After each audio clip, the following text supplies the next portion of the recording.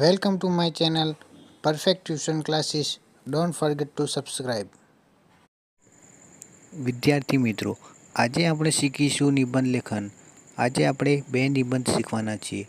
પહેલું 15મી ઓગસ્ટ અને બીજું 26મી જાન્યુઆરી.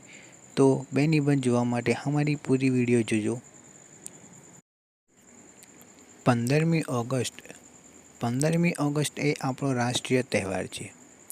ઈસવીસન 1947 પહેલાં આપણા દેશમાં અંગ્રેજોનું શાસન હતું. આપણો દેશ પરતંત્ર હતો, તેથી આપણે અનેક યાતનાઓ ભોગવવી પડતી હતી. આપણા દેશના લોકોએ આઝાદી મેળવવા ગાંધીજીની આગેવાની હેઠળ અનેક આંદોલનો કર્યા. એમાં અનેક દેશભક્તોએ પોતાના બલિદાનો આપ્યા. આખરે 15 ઓગસ્ટ 1947ના દિવસે આપણો દેશ આઝાદ થયો. દેશના લોકોએ આઝાદીનો આનંદ મનાવ્યો. ત્યારથી દર વર્ષે આ દિવસ ખૂબ ધામધૂમથી ઉજવાય છે. આ દિવસે સવારે શાળાઓમાં ધ્વજવંદનનો કાર્યક્રમ રાખવામાં આવે છે.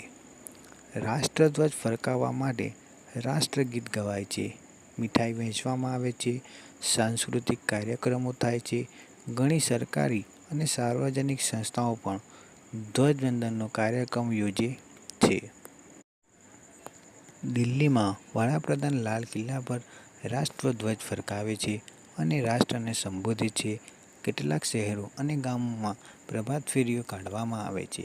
આ દિવસે આઝાદીની લડવૈયાઓને યાદ કરીને તેમને અંજલિ આપવામાં આવે છે.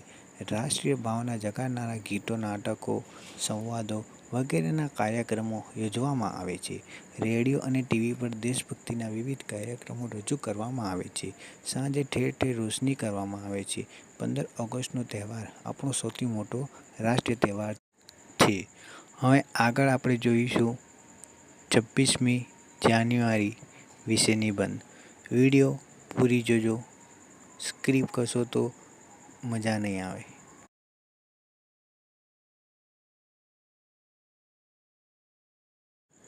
26મી જાન્યુઆરી. 26મી જાન્યુઆરી એ આપણો રાષ્ટ્રીય તહેવાર છે. 15મી ઓગસ્ટ 1947ના દિવસે આપણો દેશ આઝાદ થયો. ત્યારબાદ દેશનું બંધારણ તૈયાર કરવા માટે બંધારણ સમિતિની રચના કરવામાં આવી. બંધારણ ઘડવાનું કામ ડૉક્ટર બાબા સાહેબ આંબેડકરે કર્યું. આ બંધારણ 26 જાન્યુઆરી 1950ના રોજ અમલમાં આવ્યું.